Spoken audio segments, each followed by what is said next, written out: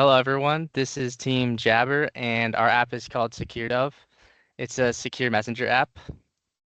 So the basic overview is it's end-to-end encrypted, and we have a web interface for the user to interact with. We have account creation, login, and all of it secure. And the user can send, receive, and edit, and also delete messages. And we also have real-time updates with WebSockets. And with the end-to-end encryption, we have the server only storing things with ciphertext, so nothing is able to be read. And then our target users are basically just people who like small groups or peers who want to have some private communication. So to introduce the team, Anthony, why don't you start?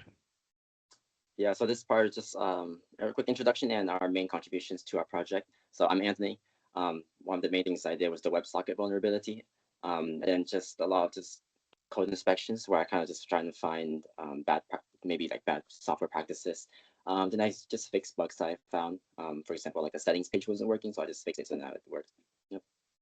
All right. Uh, I'm Ross, and my contributions were I was helping with the first kind of prototype of the app before we had everything finalized.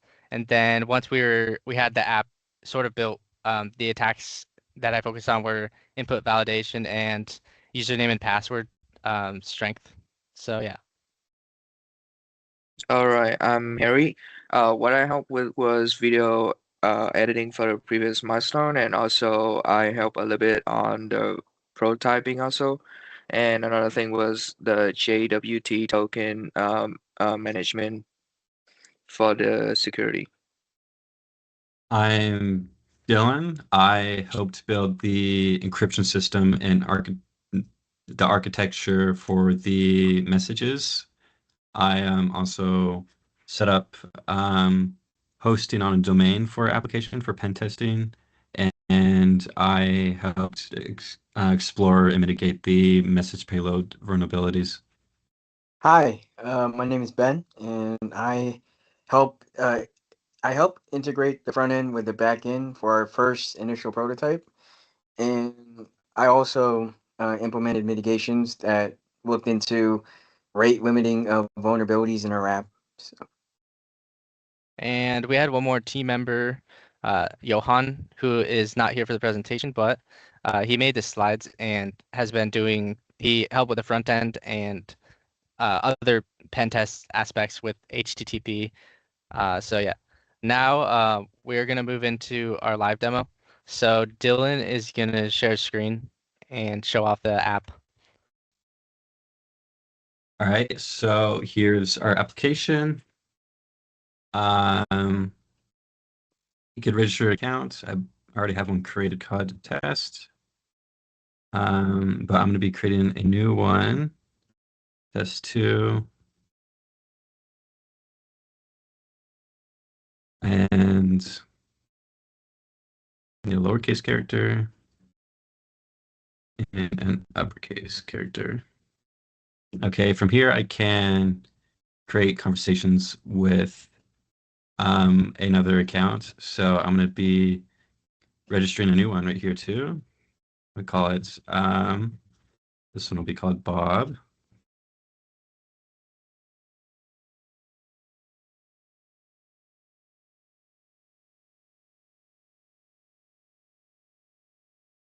And add Bob through here. You can see through the real-time WebSockets, I get real-time updates here. So as Harry types, it'll show up here, but I could also add contacts to start a new I already did that. Here we go. Here in this page, I can add participants to this conversation that Harry created with me. And from Bob on the right here, I can send messages and I immediately receive them on the right. I could edit those messages and I can delete those messages. I can also leave conversation. So as Bob, I could leave and then I could re-add Bob but without the message history. So you could see Bob does not have the ability to see the previous messages, but any new messages that come into the conversation, Bob can now see.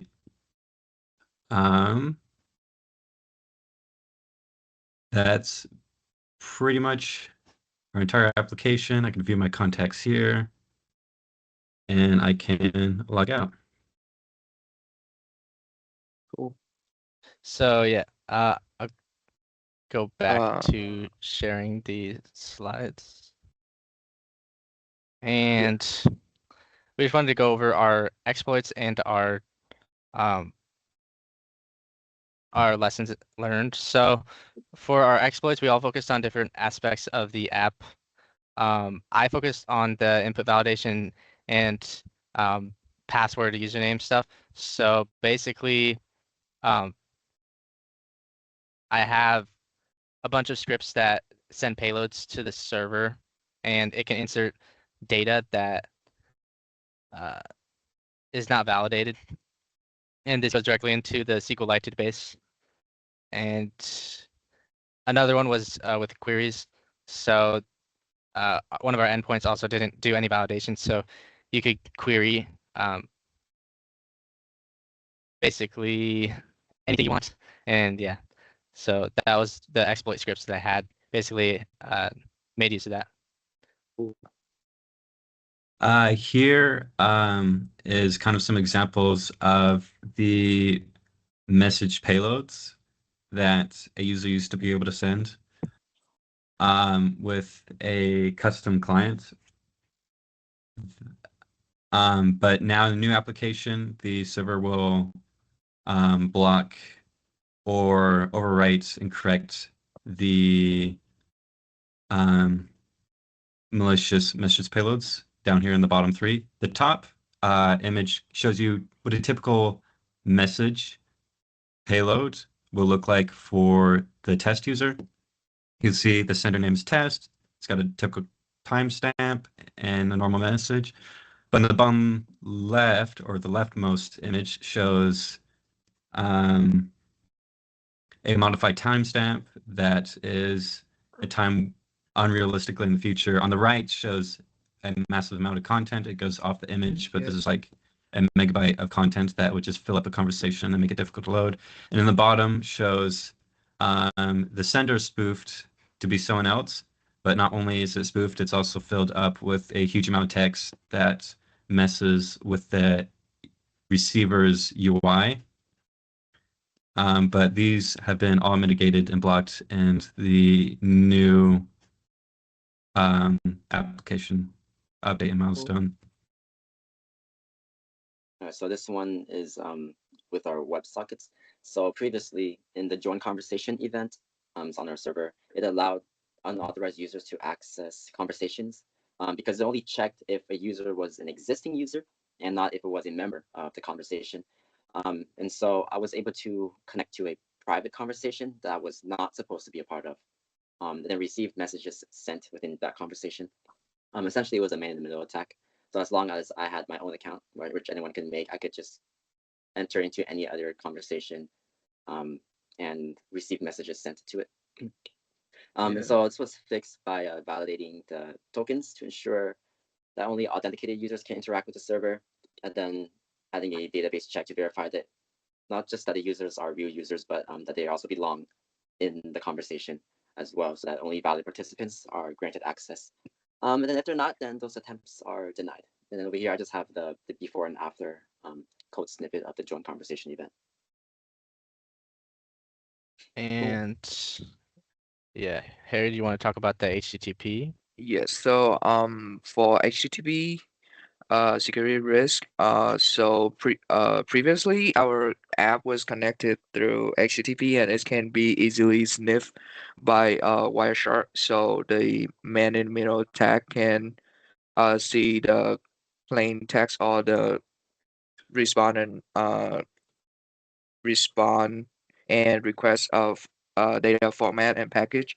So the mitigation is just enforce HTTPS. So all the respond request is encrypted with cipher. Yes. So, and then going over the last fixes that we didn't really cover. Um, one of the fixes I did was add a library for username and password schema, so that you saw it in the demo as well. It requires the typical like strong passwords. You need certain uppercase, at least one special character, those kind of rules, so that users don't have super weak passwords, and also with usernames. And then the JWT token, Harry, did that So one. for JWT token, previously in the prototype, the JWT token will will persist regardless of security events, such as when a user log out or change password or renew password, the JWT token remain valid until it expire. So that is a huge security risk. I think that's part of the reason how Anthony could attack in the WebSocket, and so I added the token blacklist based on security events. So if a user log out, then the token get blacklisted and it won't be usable. So, and there's also a double token, a short-lived token for API call and a long-lived token to get the new short-lived token. And one of the other fixes we did was we added some CORS rules. And then Ben, the last thing Okay. with the rate Yeah, limiting. I'm just gonna share my screen real quick. I'm just gonna showcase this really quick. Entire screen. Yep. I think it's better to just show it in the code. So because we have to host it through Cloudflare, excuse me. So because we had to host it on Cloudflare, we had to, in order for it to work, we had to set the trust proxy to true. But this is a local version of the code, or the project. So like for our project, we want to set trust proxies to false because obviously, you know, proxies, we don't need to. There's just no room for that in our app. And so like in this code, what this code does is it rejects all the standard proxy headers, so like X4 to 4. These are all standard proxy headers that are used whenever a client is trying to connect to a server using a proxy. So to try and mitigate this, so like essentially a mitigation is in our rate limiter. So like we have introduced another mechanism in addition to the false trust proxy sets false, which is basically anytime a user tries to log in, it just creates a key of that username. So this is just account-based keying rather than IP-based, just if as a failsafe, just in case proxy header somehow was able to get through.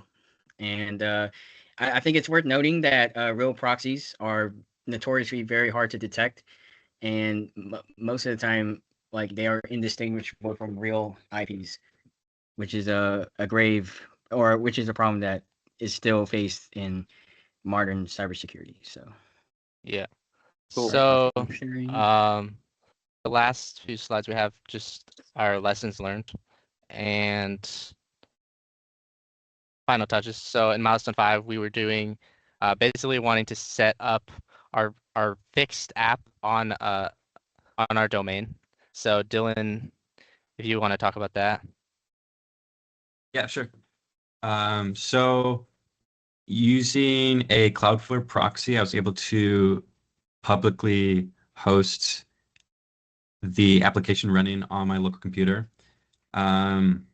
This makes it easier for pen testing because we could just do whatever we want to the server and not break any terms of service that we would otherwise have with an official hosting service. So here's kind of a diagram demonstrating how that worked. The origin would be like my laptop, and Cloudflare is an application running on my laptop that routes the origin to manages connections between the Cloudflare proxy and my laptop. So my laptop can't be accessed directly through its IP. It has to go through this proxy at this domain on the left here, which would be soonlogy.com. Cool. Yeah. So I guess from all this, we basically learned a lot with debugging network activity with like the browser dev tools, because we had a lot of bugs in our app and we had to pull out network activity, check what's going on there. lots of CORS issues that we had to resolve, and at a certain point we had issues with Cloudflare.